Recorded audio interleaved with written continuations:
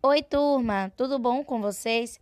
Na aula de história hoje a gente vai entender como aconteceu a criação de gados aqui no Brasil, como se deu início.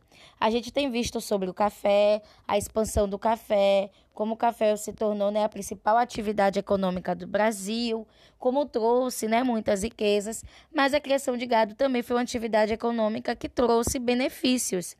O texto inicia dizendo que o gado, principalmente o bovino, bois e vacas, foi um dos motivos que levou os portugueses ao interior. Por que ao interior? A gente já sabe que no interior do Brasil, era um lugar, onde tinha uma vegetação muito propícia para a cana-de-açúcar. Então, nesse caso, os portugueses trouxeram para o Brasil bois e vacas que ajudavam no desenvolvimento dos engenhos de cana-de-açúcar.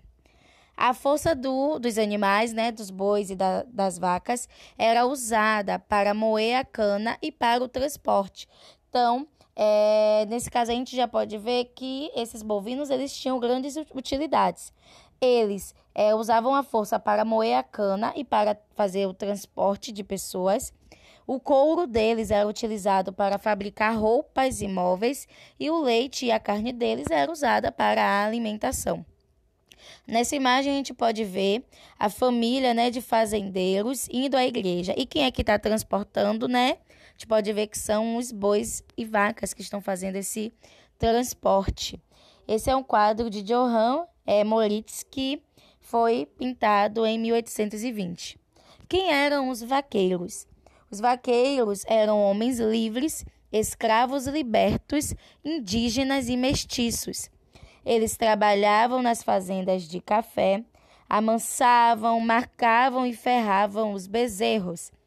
Também levavam as boiadas ao pasto e cuidavam dos ferimentos dos gados. Então, os vaqueiros quem eram? Homens livres, escravos libertos, indígenas e mestiços. Qual era a função deles? Trabalhar na fazenda de café, amansar, marcar e ferrar bezerros, levar boiadas ao pasto e cuidar dos ferimentos dos gados. Os vaqueiros, como era que eles eram pagos? Eles recebiam como forma de pagamento uma cria. O pagamento era feito em forma de partilha. Como assim? A cada 4 bezerros que nascia, um bezerro era do vaqueiro. Era esse o pagamento deles. O couro, do gado passou a ser uma importante fonte de renda no sertão. Depois de retirado do boi, o couro era limpo e colocado para secar. Uma parte era vendida e outra parte era usada para a produção de objetos a serem usados na fazenda. O que é curtume aí? É o lugar onde se prepara o couro. Uma variedade de produtos era feita com o couro. Então, era feita chapéu, bolsas, calçados, camas, cordas e tantas outras coisas. Tudo isso feita com o couro dos bois, Nos dias atuais, o couro ainda é muito importante na economia do Nordeste. O que isso quer dizer?